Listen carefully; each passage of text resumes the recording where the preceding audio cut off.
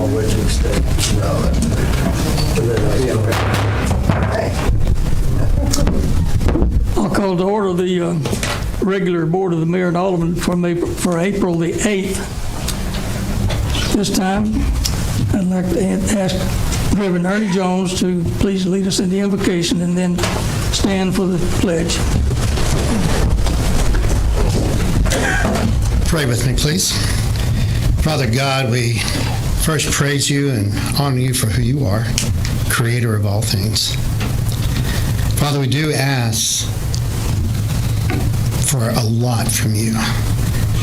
From the very breath that we take, to the decisions that we make, to the lives that we are responsible for. We ask for your wisdom. We ask for your power. And Lord, we ask for your discernment and your courage to follow it. May things be done in a godly way, because godliness brings great things to the believer and non-believers, but ungodliness brings suffering to all. So may you be honored in all that we say, think, and do. And may you bless the city of Tullahoma and all who dwell in it. In Jesus' name, amen. Attention, salute. I pledge allegiance to the flag of the United States of America and to the republic for which it stands, one nation, under God, indivisible, with liberty and justice for all. Thank you, Reverend Jones.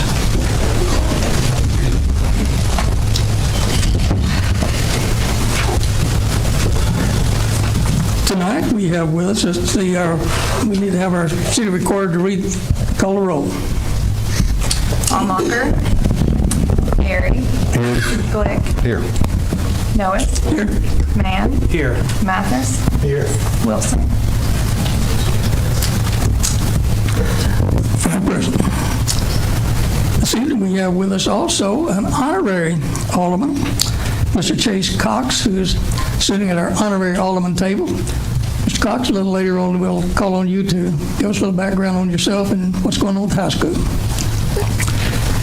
Also tonight we have some lovely people in the audience that we want to recognize that have participated in the Miss Tullahoma pageant. And as I call your name, if you would, please come up in front of the flag and we'll get a picture of the winners of that. So as I call your name, just come on up. And for Miss Tullahoma, it's Gazelle Lowe. Ms. Lowe, please come forward. Following her will be Junior Miss Tullahoma, Harper Hill. And then Little Miss Tullahoma, Reagan Blazer. So if you join me there, I'd like to present these certificates to you.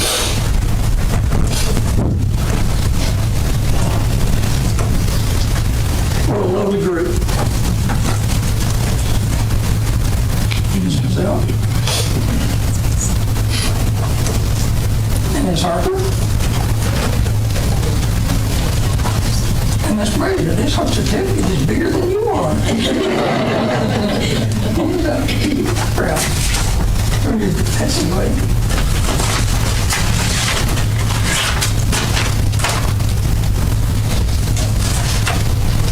What a lovely group, and you represent us in Tullahoma so well. So thank you for being here tonight.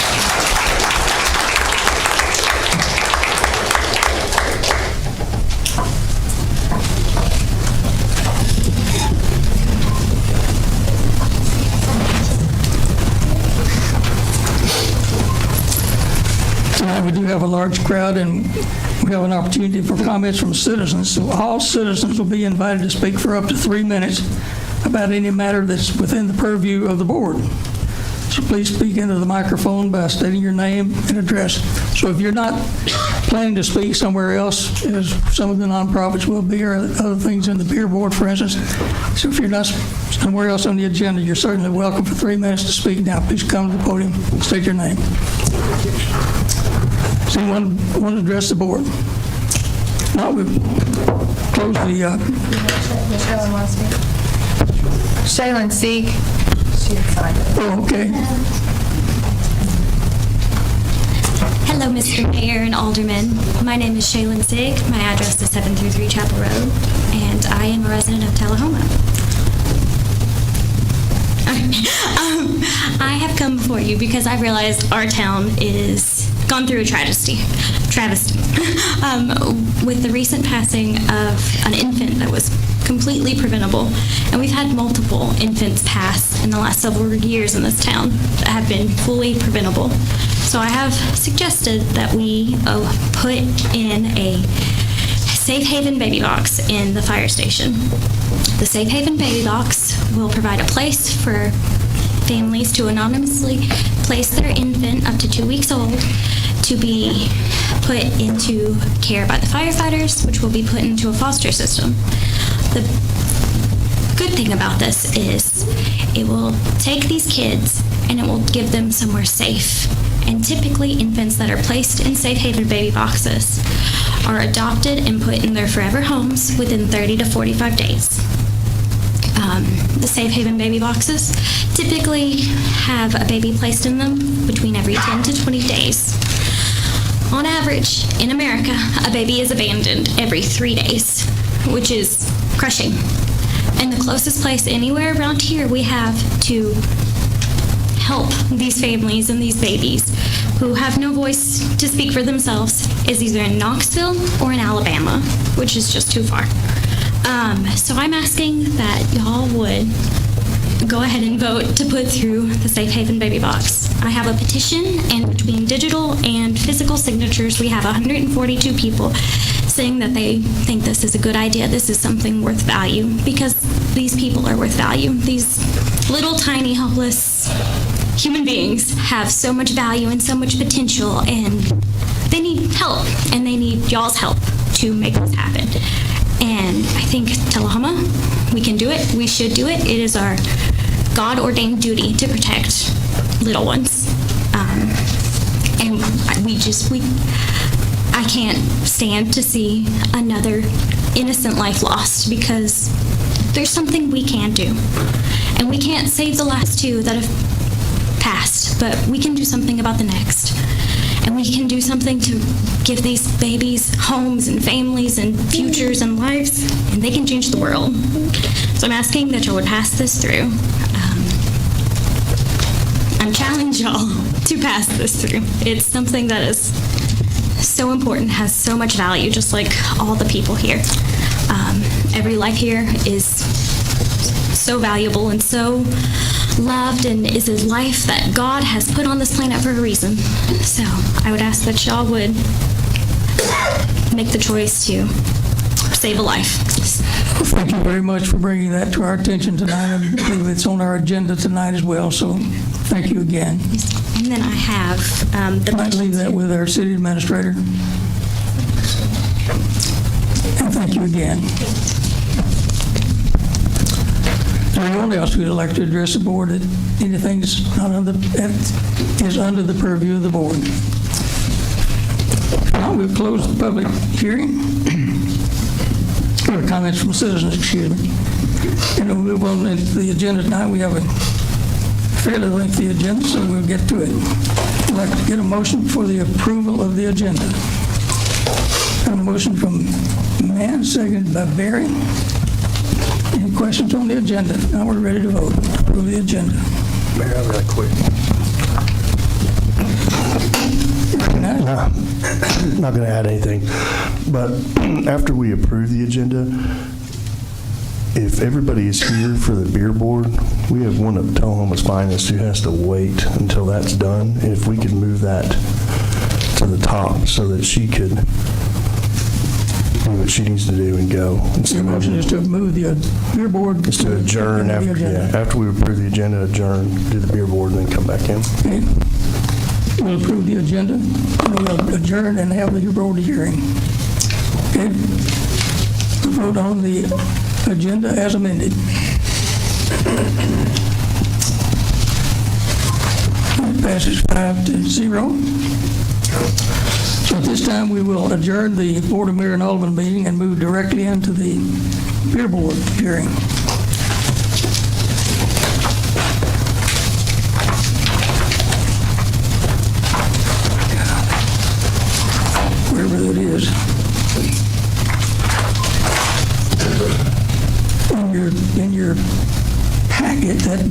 page 273.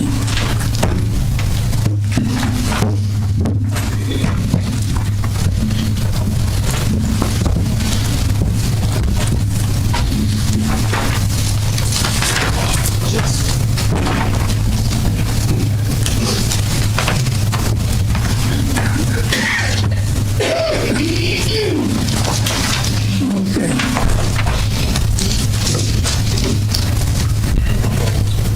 Because I'm going to turn essentially turn the hearing that we're going to have for the beer board over to,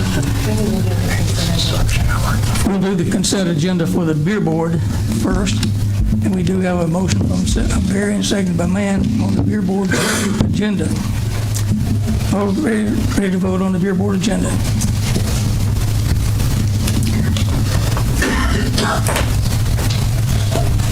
That passes 5-2. At this time, I'm going to turn the proceedings over to our attorneys. Mr. Giffen, you're in charge. Thank you, Mr. Mayor. I think the first matter on the beer board is the matter involving Gaya Tribin Patel pertaining to Brothers Market located on 735 Clement Avenue. I'd ask for Officer Jessica Taylor to come forward.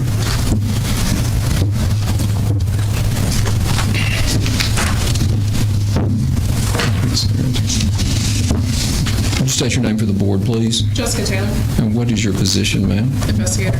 And you work for the Tullahoma Police Department, is that Yes, sir. correct?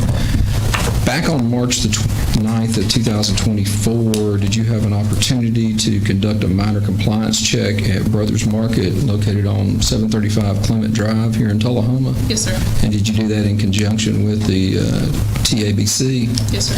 If you would tell the board, please, what happened. We did a minor Could compliance you check. speak into the microphone, please, Yes. for the... We did a minor compliance check in conjunction with TABC. When we went to Brothers Market, the minor that we were with went inside with one of the TABC agents and purchased an alcoholic beverage and was sold the alcoholic beverage without being asked for ID. Thank you. And you witnessed this, is that correct? Yes, we would. You saw there was they never made any request for any ID, is that right? That's correct. And you issued a citation as a result of that? Yes, sir. And they're scheduled to be in court in the General Sessions Court of Coffee County on April the 25th, is that right? That's correct. Thank you. Let's step aside. Okay. Could I ask Mr. Gaya Tribin Patel to come forward?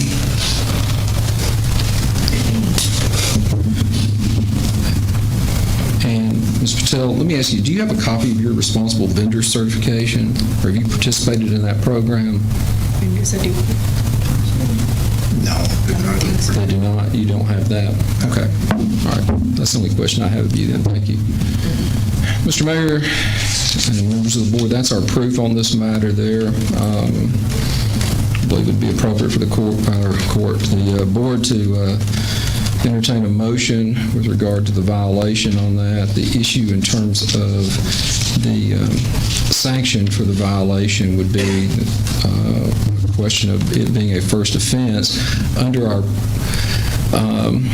code, if you have participated in the responsible vendor training program for off-premises sales conducted by the TABC, then under our city code, the board would be limited to just a fine only of up to $1,000. If they have not done that, then it's at the board's discretion as to how to handle this matter.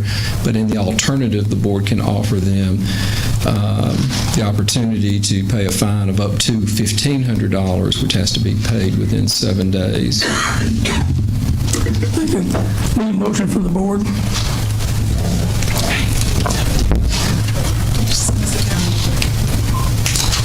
Motion from Mr. Berry, second from Mr. Mathis. And the motion is establish a fine at this point, or some ruling. Yes, I have a question. Can you talk about the responsible vendor program and what that entails? It's a program through the state of Tennessee, but it's done by a third-party vendor that I think it's about $75 for 25 clerks to be trained, the yearly fee. Can we, and it may be a question for you or the attorney, can we assess a fine and require them to go through the responsible vendor training, and once that's been completed, then they're allowed to sell alcohol again? I think it's up to the discretion of the board. I think that we could ask them to go through responsible vendor training. I don't know that we can require that. Can we require that? I believe, as the mayor said, I think it's at the board's discretion on that. I certainly think you could make that request, but, the alternative is, you have the right to suspend their license up to a period of, whatever time you deem appropriate, or in the alternative, assess that fine. This is a first offense situation. You may wish to ask them if they would do that as part of, and have a more lenient finding by the board, should you so desire. But I do think that's probably within your discretion.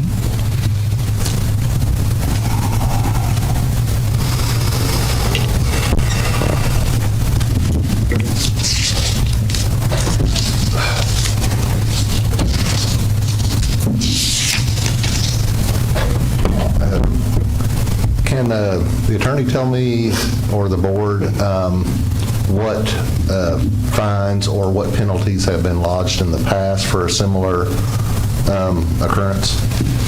I know it hasn't happened in a long time that I've seen. And given that I'm a fill-in for Mr. Worsham and have not been at the city board meetings on that, I cannot tell you. I have no firsthand knowledge as to what the beer board has done in the past. Okay. I know there are kind of some aggravating circumstances in this, as at least I see that, first of all, they didn't participate in the safe vendor program, which would have been a good thing for them to do, and also they didn't come to the first hearing that they were ordered to come to as well. So when we're making our decision on what to do, I think those things ought to be taken into consideration.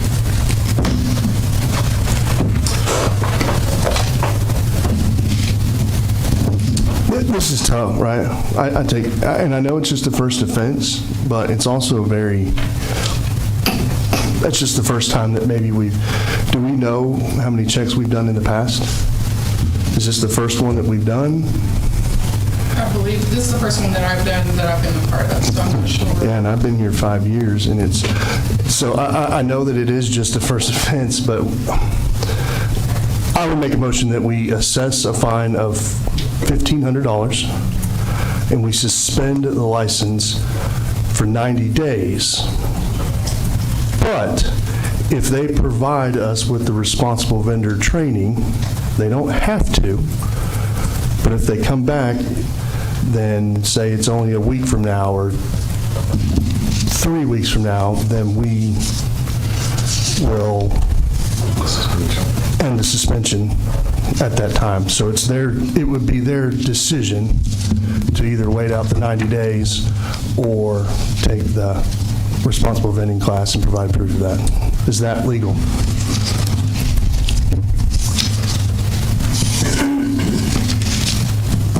$1,500, according to our city charter here, is that I believe that has to be paid within 7 days. So you may want to do a lesser amount,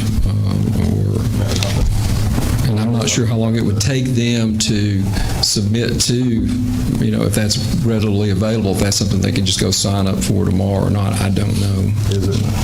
Does anyone know, is that class easy to get into and quick to do, or? The state offers several vendors for them to go through. Well, and I would say the $1,500 fine's not negotiable still. They pay that $1,500 fine, period, whether they've done the responsible vendor or not, but have 90 days to take that course, or to either choose to take that course or a 90-day suspension would be my. So are you saying the suspension would start right away, or if immediately. they don't take it, then there's... It would suspend immediately until that course is taken and we have proof that it's been taken. And it would end whenever they took the course. If they choose to do it, or it would end in 90 days. Okay, can you read that motion? Motion to assess a fine of $1,500 and suspend the license for 90 days. If the responsible vendor training is completed prior to 90 days, the suspension will be lifted at that time. Yep. I'm good with that. There's the motion, and we have a second by Mr. Howes. Could I address the board on this here? I just want to make it clear on this in terms of what the guidelines say here. Under the non-responsible vendors and all other, it says for first offense, the beer board may offer a permit holder who is not qualified as a responsible vendor the alternative of paying a civil penalty not to exceed $1,500 for the first offense of making or permitting to be made any sales to minors, or a civil penalty not to exceed $1,000 for any other offense on that. And then it says if the civil penalty is offered as an alternative to revocation or suspension, the holder has 7 days within which to pay the civil penalty. So I think it's an either-or situation. I think you can either suspend or you can do an alternative of a fine of up to $1,500, but then it has to be paid within 7 days. I'd say, let me change my motion. Motion to suspend the license for 90 days. If the responsible vendor training is completed prior to 90 days, the suspension will be lifted at that time. I didn't understand the difference in your two motions. $1,500. Took the fine off. It's going to cost more than $1,500 to be suspended. So,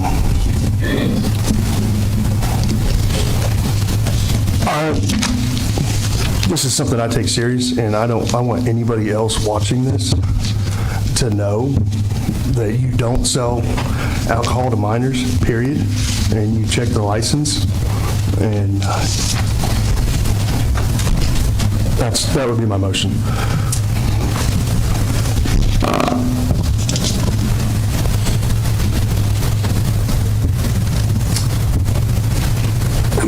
Let me read one more time. I believe I'm reading the same thing that Attorney Giffen has written. But for non-responsible offenders, which is what we have, for the first offense, the beer board may offer a permit holder who is a non-qualified and responsible vendor the alternative of paying a civil penalty not to exceed $1,500 for the first offense. And that's essentially all it says. It says, though, also, Mr. Mayor, though, under it, it says that the imposition of penalty shall be within the sole discretion of the board. The guidelines, these are guidelines amount on this. The beer board may add any conditions to any penalties, including but not limited to probation or additional training of employees. So I think what Alderman Berry is saying is within the purview of the board in that regard. These were guideline amount set forth in this, but it's up to them in terms of whether you want to submit in additional training. But then for the first offense, you can do this alternative to pay a civil penalty of not to exceed $1,500. Okay, appreciate your motion for the clerk one more time. Motion to suspend the license for 90 days. If responsible vendor training is completed prior to 90 days, the suspension will be lifted at that time. We have a second. Any other question for the board? Everybody ready to vote?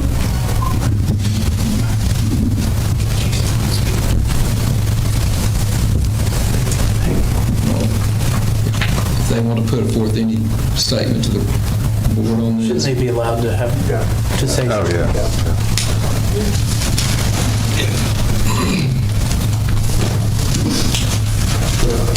Coming to you guys from a citizen and a business standpoint, I sold the store to the current owners 2 years ago. The current manager that had been placed had passed the previous test. There's lots of third-party vendors that you can go through for the state for that. When I sold them the store, that manager is still in place, and they inherited the clerks that I had. So I know at one time those are good for 5 years. I just wanted to kind of express it. And the other thing is, the software is in place. I know what they have there, but you can't be at a store 24 hours a day. If somebody wants to go around the software and put in a birth date, I think the punishment should maybe be a little stiffer on the clerk and make them be held accountable. But if you want to require them to do the responsible vendor, then maybe that should be part of the licensing process. But I just wanted to get up and just kind of speak on their behalf. When I sold that store, the manager currently in place and the clerks that they inherited from me had passed it at that point. And I'd be more than happy to provide that from the previous ones. Now, I don't know how many of those are still working. But the current owners have not, correct? Yeah. The current owners have not. So the clerks... It doesn't matter what the previous owners have done. It's the current owners that are... But the certificate follows the clerk, not the owner. So if they provide that, then Right. the suspension will be lifted. That's something you have. I mean, I have it on the previous clerks, but not under their ownership. I think they need to provide it. They just asked me to speak, me being the previous owner. I was just trying to give some clarity on that, that's all. Thank you. And I'm, just for language barrier, I'm helping her here. What they would like to offer is pay the fine. If you give them 30 days they will go for the training, but do not suspend their license. 30 days, if they haven't provided it, then suspend their license.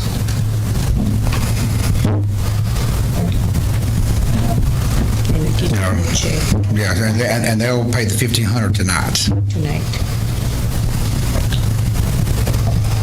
I think that's fair. I think that's a better way of approaching this.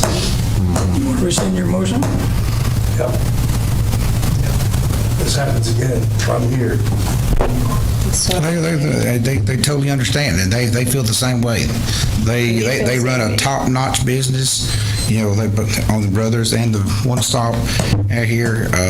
They've been just great people of the city.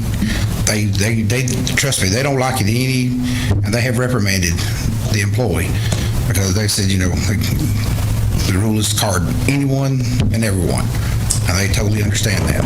Care to revise your motion?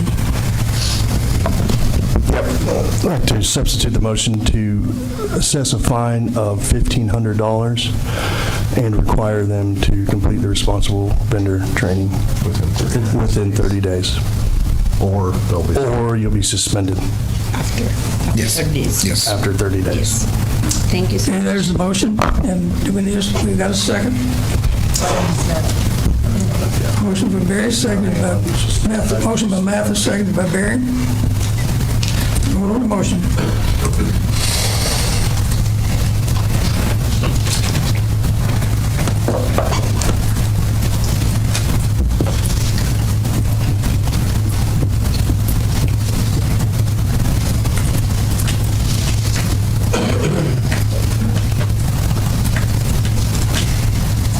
Right.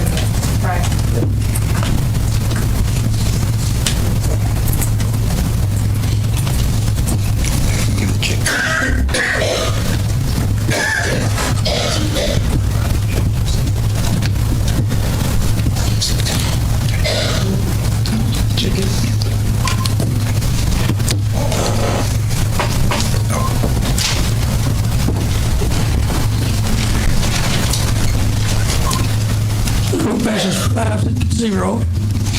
So you pay the fine and start your responsible vendor training. The second matter involves Girish Patel at West Lincoln Market. This also involves Investigator Taylor. Investigator Taylor, this incident is basically identical to the previous one there. Did you and the TABC conduct a minor compliance check on March the 9th of 2024? Yes, sir. And as a result of that, if you would tell the board what happened. We went to West Lincoln Market the same night, accompanied TABC. The minor went in, accompanied by one of the TABC agents, purchased an alcoholic beverage and was not ask for an identification. And you witnessed the fact that they did not ask for or request any ID, is that correct? That's correct. Is Girish Patel here? Mr. Patel, let me ask you, do you have a copy of your responsible vendor certification? I didn't have a copy, but I talked to the Miss Laurie and she provided me the link. So I already went through that responsible wine vendor program, and they have a dates online available, which is April 12th or something. So by the time they will probably, I will complete it that on April 12th. Mr. Mayor, that's our proof in this matter as well. Same motion. Same motion. Have they taken the course? Same second.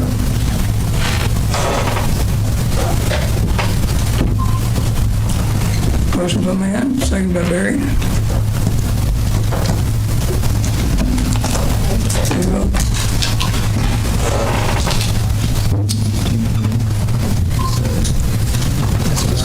That passes 5-0. You'll pay a $1,500 fine, start your responsible vendor program, and you'll complete it within 30 days. Thank you. Thank you. Thank you, officer. There's no other unfinished business with the beer board, so we'll close the beer board. We'll go back into the regular agenda for the Board of Mayor and Aldermen meeting.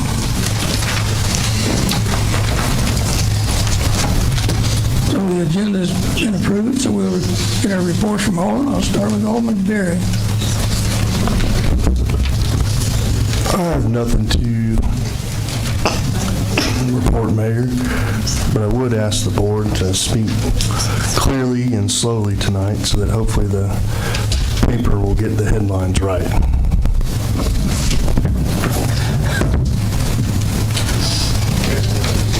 I have nothing to report. I have nothing to report. Oh, man. This past week, I attended our first Food Truck Friday. Despite the cold weather, we had quite a few folks turn out. The food truck vendors seemed happy and with the turnout, and special thank you to all the trucks that participated, to our Parks and Rec, our Planning and Codes, City Administrator, and especially our new Community Engagement Officer, Emma Cook, for pulling it all together. I hope everyone will continue to come out and support this event. It's every Friday from 11 to 6 p.m. I also attended the Piping on the Green at South Jackson. If you didn't, please mark your calendars for next year. It's an outstanding event, lots to do, great food and drink, vendors, music. It's a real draw for our city. A lot of the folks I spoke to were actually from out of town, so that's always a big plus for Tullahoma. And then finally, I just wanted to extend my sympathies to the family of Judd Matheny. Mayor Matheny was a great leader for this community, both as county mayor and his 16 years as state representative. Judd was a brilliant guy whose passion and for public service was evident in every conversation that I ever had with him. And when I saw him a little less than 2 weeks ago, we talked about our charter. He asked what all was going on in Tullahoma. He genuinely was a county mayor for all of Coffee County, and I know we will all miss him and his leadership greatly. As a follow-on to Alderman Mann's comments about Mayor Matheny, I would like to take this point in time for simply a moment of silence to remember Judd Matheny and his desire for cooperation between our cities and counties. So join me in a moment of silence for Judd.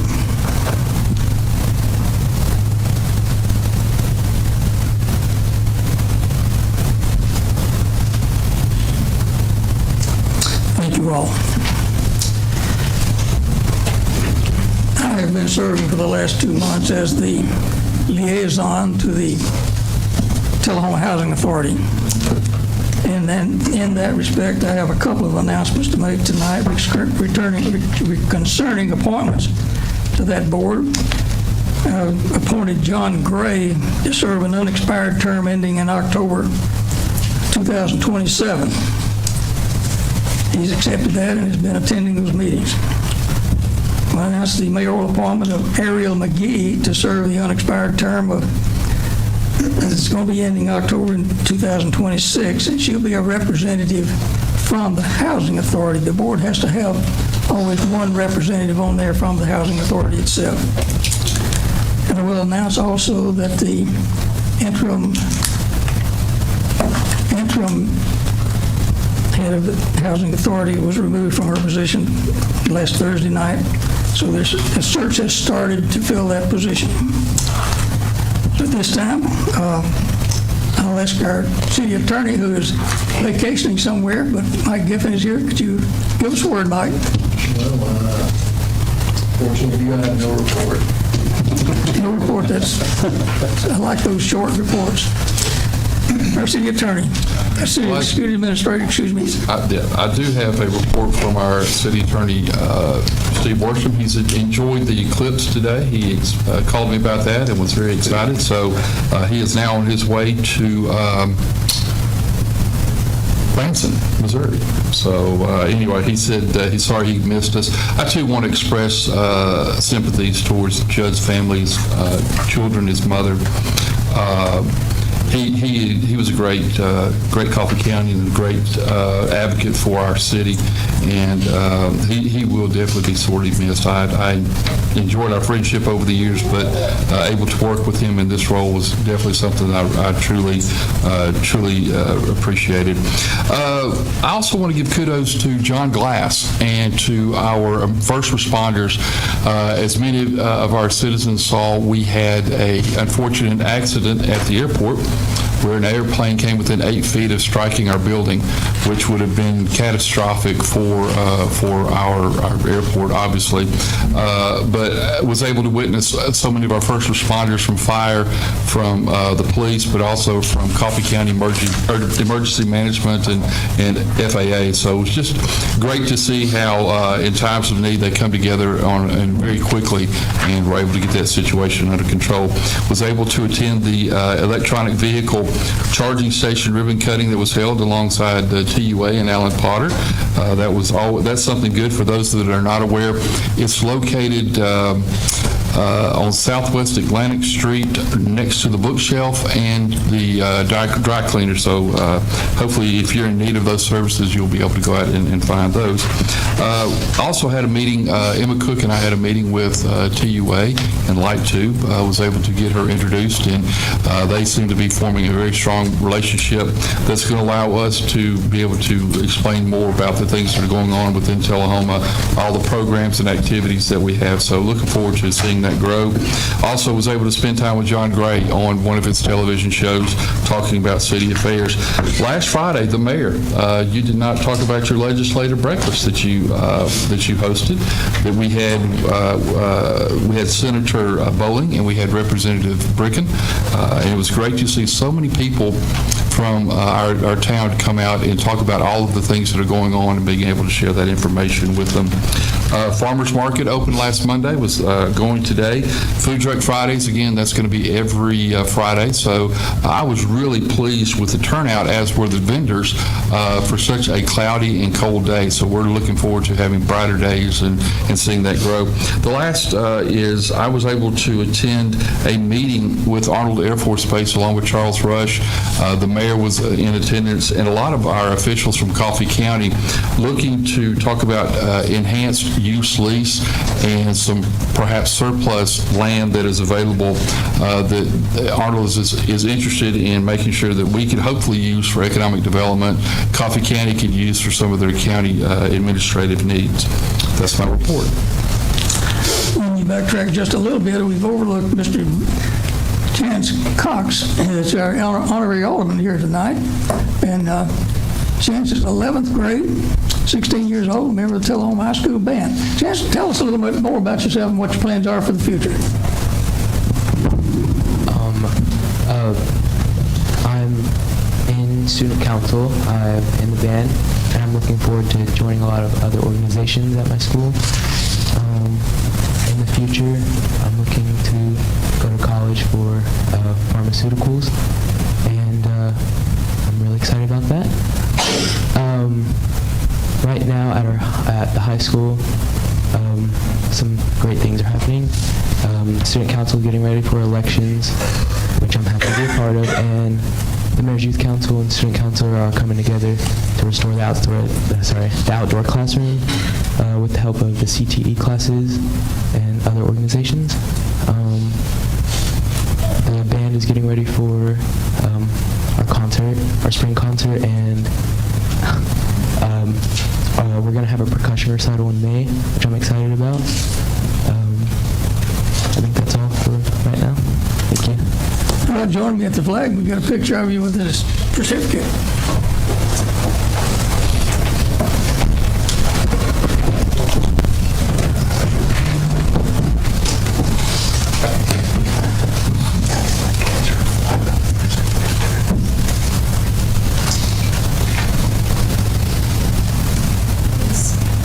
Congratulations, Chance. I bet you'll be very successful. Thank you.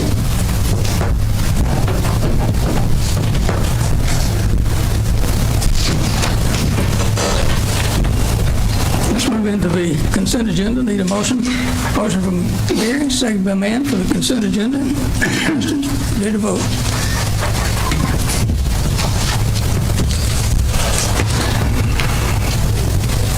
Consent agenda passes 5-0. Turning over to unfinished business. The unfinished business order number 1627. It's an ordinance to amend the mobile food vending truck for business and peddlers and solicitors. We had this come before us last week on first reading, so we're ready for passage on passage on second reading this time. Second time. Need a motion. Motion for Barry, second by Mann. Questions on the food truck. Ready to vote. I think we must have failed to explain this last time, or the packet wasn't read. There was recently, what this does, we passed a motion or an ordinance in January that established a food truck ordinance to where we would check mobile vendors, make sure that they're all here. Since that time, this board, members of this board, and our planning director and our city administrator have been talking with residents and citizens and spending time with food truck vendors. And I had talked with Director Rush and Administrator Quick at kind of the culmination of this, and we've taken the feedback that we got from residents and that we got from food truck vendors, and we made some adjustments to our existing ordinance. It just chaps my rear a little bit when I read some of these headlines in the newspaper, and this is one of those that did, because this is an ordinance that makes things better. We passed something, we listened, we went through, we got rid of some of the requirements that would have prevented things like piping on the green from happening, and would have prevented your neighborhood from having a food truck in. So we took the time to listen and make amendments, and those are the kind of, so I guess we missed the boat on explaining that last time somewhere. So I wanted to take that opportunity to hopefully maybe this, when it gets out to the public, they'll get this right this time. So. Any further comments? Ready to vote.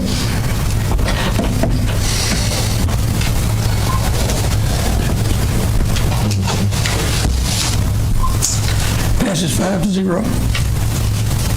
No other unfinished business. Moving into new business, ordinance number 2447. Consider a request from the Parks and Rec to approve condition in the contract with CH and commercial contractors for the construction on Johnson Lane Recreation Center, the pavilion, and authorize the mayor to sign the contract. The amount is $768,195. Need a motion. Motion by Barry, second by Glee. Any question on that? We had some discussion on it last week. Any further discussion? Ready to vote.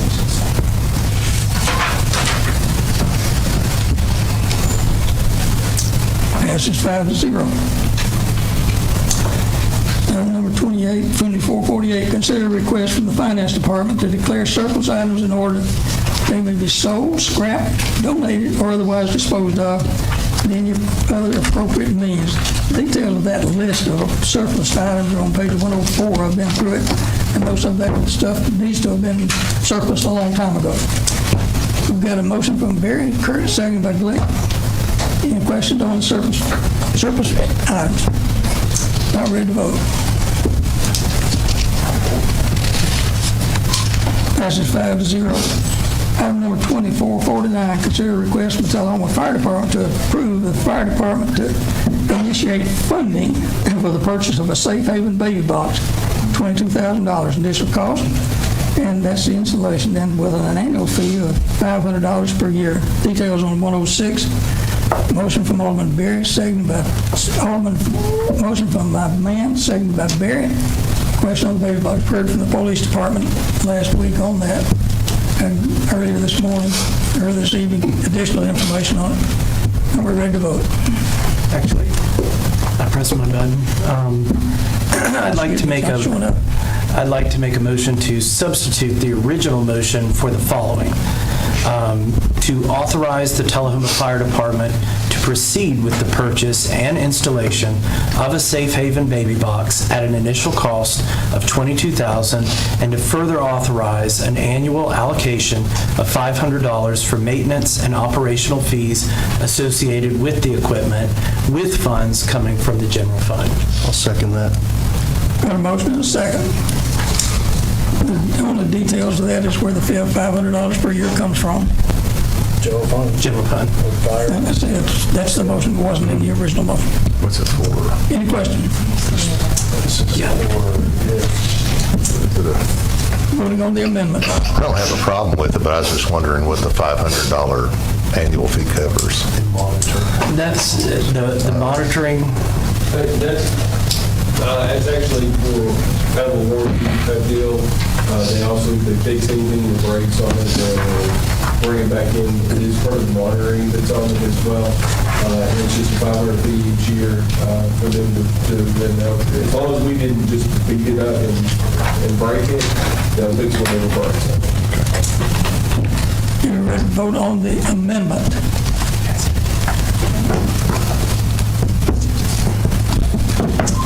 Amendment passes 5-0. Ready to vote on the original motion as amended.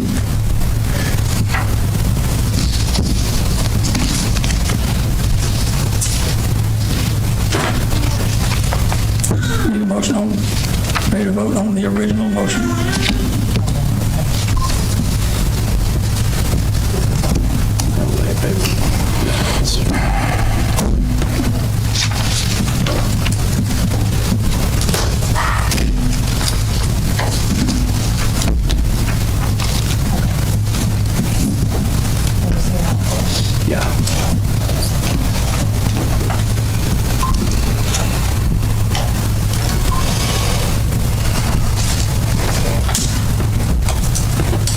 Voting on the original motion as amended.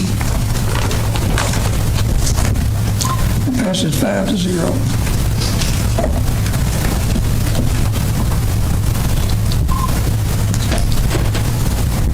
Item number 2450, consider a request from Tullahoma Fire Department to approve the updated memorandum of understanding, MOU, with the Coffee County Emergency Medical Services, EMS. Authorize the mayor to sign and the fire chief to execute the MOU. Motion? Motion from Mann, seconded by Mathis. Any questions on the MOU? Ready to vote on the MOU. Passes 5-0. Item number 2451. Consider approval of a request from the Tullahoma Fire Department to submit a grant application for the staffing of adequate fire and emergency response grants. Details on 129. Motion from Barry, seconded by Mann. On the fire department grant. Any questions? Ready to vote.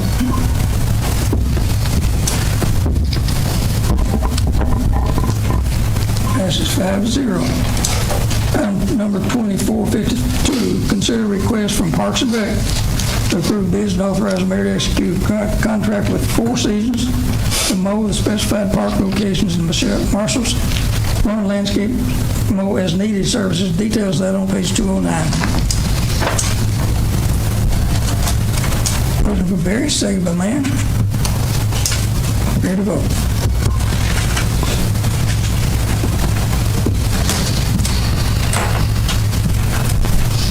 Passes 5-0. Item number 2453, consider the request from Parks and Rec to approve the bid selection and authorize the mayor to execute tree service agreement with Woody's, and that's now Ray Gillum, since Mr. Woody's passed away, for the tree and arbor service for the city and the direction of the city forester. Motion from Barry, seconded by Mann. Any discussion? Ready to vote.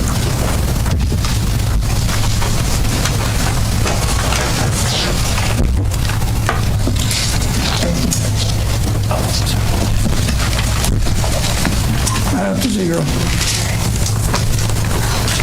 Last item on our agenda tonight, this is 2454. It's for discussion only.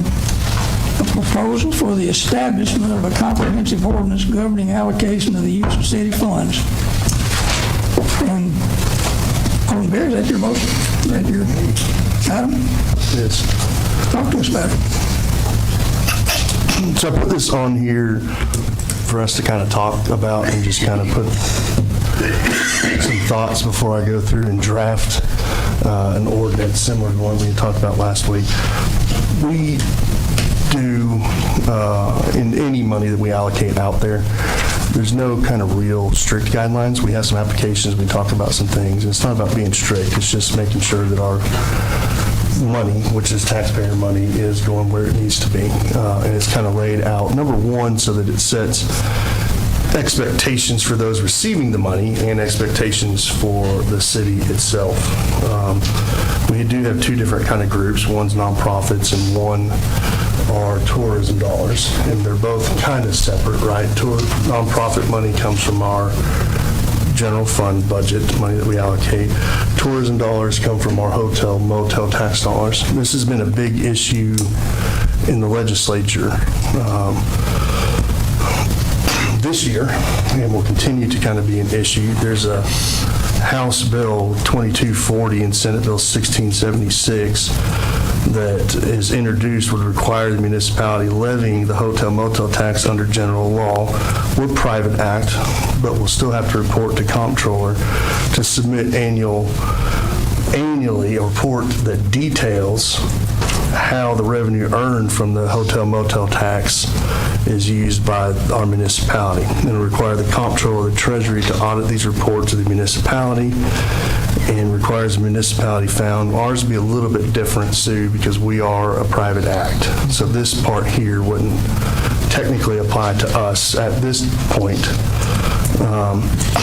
Municipalities found to have used the funds improperly to appropriate general funds at the same amount for promotion of tourism development, and would prohibit, the 8% was actually stricken from there in a, so coming from the state is going to be, we'll have to start accounting for where we're spending these hotel motel tax dollars. And so to kind of set our expectations and theirs, the idea is to, let's put this in writing so that it's out there, everybody knows.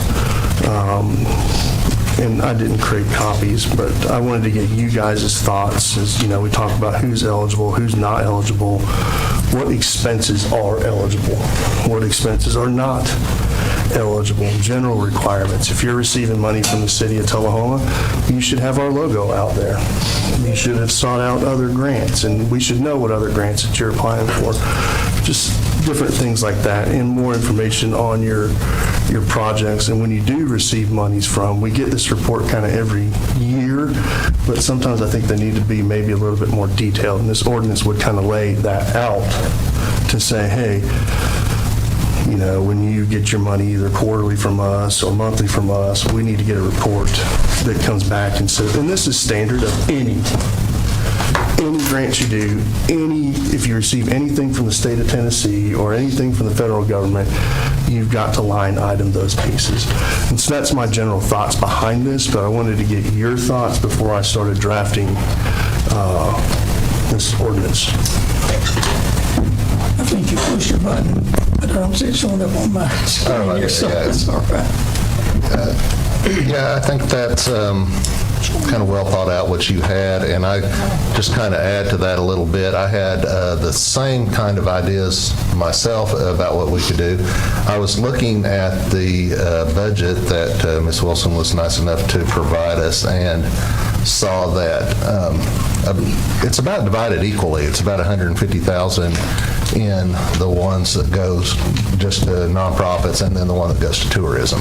So there's two different pools of money, both about $150,000.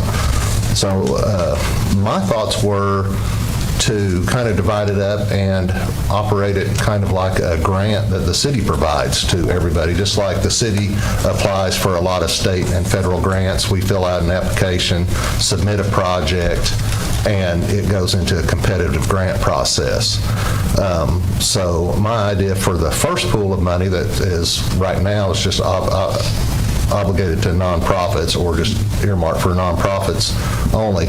That money could be used for projects or operating expenses or different kinds of things. It'd be a lot more leeway in that area, in that set of money. The second set, the tourism grant money, I would submit could be still in the competitive grant process, but that money would be earmarked for a tourism project. So it would be a special project that needs to occur within that budget year to attract tourism to Tullahoma. And you'd write it up and submit it, and then it would be chosen as a competitive basis. We could, and I haven't thought out all the implications on the amounts of these grants, but we could set a maximum amount that the grant could be, and so we could assure ourselves that we could give it to a few different people if they all ask for the maximum amount of money. Say, so it's $150,000, we could say the maximum of $50,000 or the maximum of $25,000 or something like that, and we could get a few more in. But those are just my thoughts. I'd be interested to hear everybody else's. I'd like to hear from the finance director and the city administrator, your thoughts on this. I guess my first thought would be on some of the things that we do pay, things like insurance and utilities and things like that. I would want to make sure we continue to do on the agencies that we are doing that with. And that I think that we want to look at where we've been funding so far to make sure we didn't do anything abrupt either that would make it difficult for some of these agencies maybe to change course from where they're at now as to how you maybe implement this.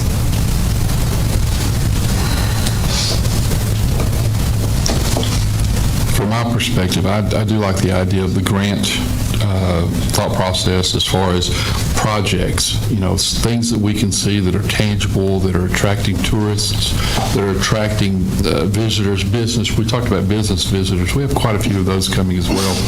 I do like that idea of being able to have something that we can watch, see, develop, and grow, as opposed to, just handing out money, so to speak, and not really sure where it goes and what came of that. So I think that would be something I would look forward to looking into deeper. Let me point out that many of these nonprofits that we are going to be listening to tonight do not have a professional grant writing staff. And for many of them to present a substantive grant proposal may be a challenge. So we may need to consider different levels of nonprofits that we offer grants to. Well, I wouldn't have any kind of complicated process, but it needs to at least describe what they want to do with the money they receive, I think. I mean, it just is a simple basis.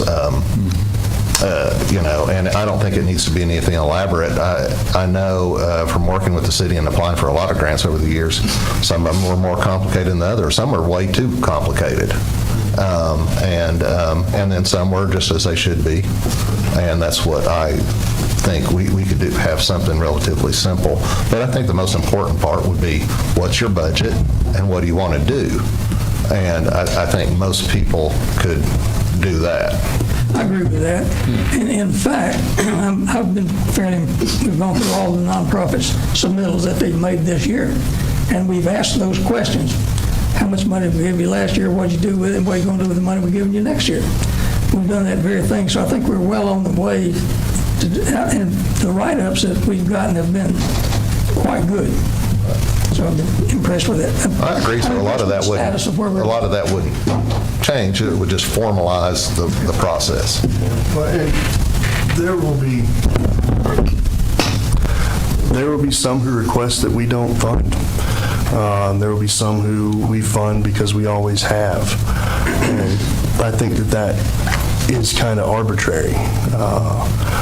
And there are a ton of nonprofits out there that I'd love for us to see and give money to.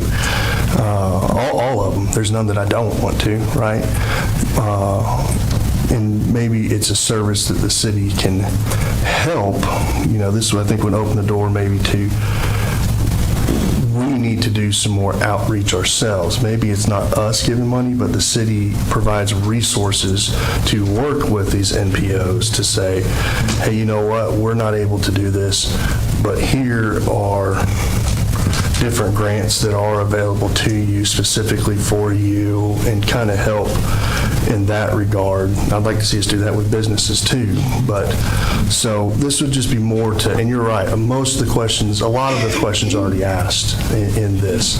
And this would just kind of be more of a more formal, here it is.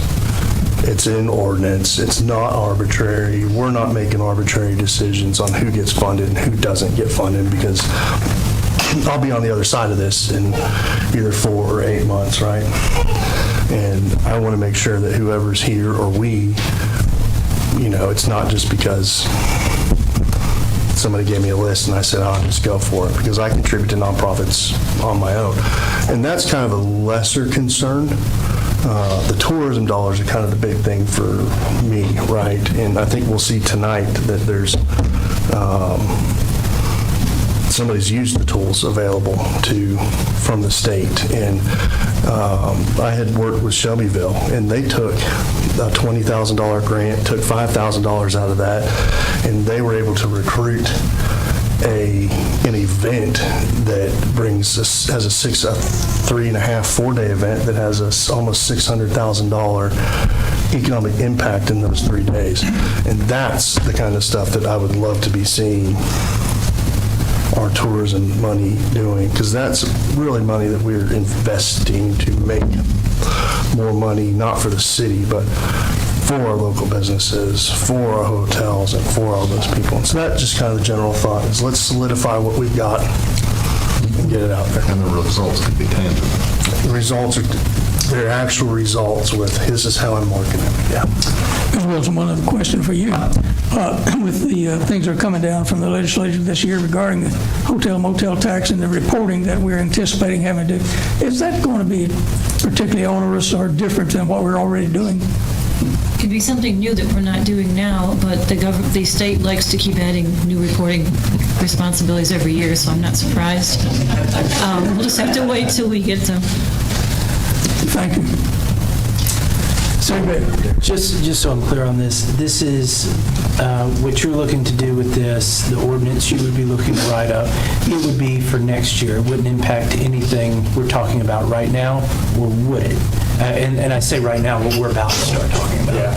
I mean, it'd be our decision at the time on whether, I would say it may be a little late and unfair in the process. Because I think going back to what Ms. Wilson said, with some of these folks, it would really be pulling, the rug out from under them at the last minute. Yeah, and to that, I've always kind of had the stance of, with our NPOs, we need to, and Jason and Sue, I think they did a great job this year in getting some of these evaluation tools for us, and that's a great step in the right direction, is we should be finding gaps in services that the city provides, right? If it's a service that benefits, it shouldn't benefit a small group. It needs to benefit a large group in an area that the government shouldn't be funding certain things, right? It's up to the nonprofits and the churches and local people. And So with that, I also don't feel that an NPO should be able to stand on its own, right, and not be counting on our money. But to your point, it is a little late in the game for us to pull that rug and slide it out from under them. And I'm hopeful that there's none out there that are counting on this. But anyway, I just wanted to get thoughts. It'll probably be 2 separate ordinances. Very good. In the end, that this is a discussion item. I think we could discuss it for another couple of hours, but we've got a fairly lengthy agenda ahead of us. So is there any other burning thoughts that anyone has that they want to get on tape? We'll close the discussion on 2441, and since there's no other new business, we'll adjourn the Board of Mayor and Aldermen meeting. We've already done the beer board, so at this time, if we could, we'll adjourn the Board of Mayor and Aldermen. We'll go in directly into a study session.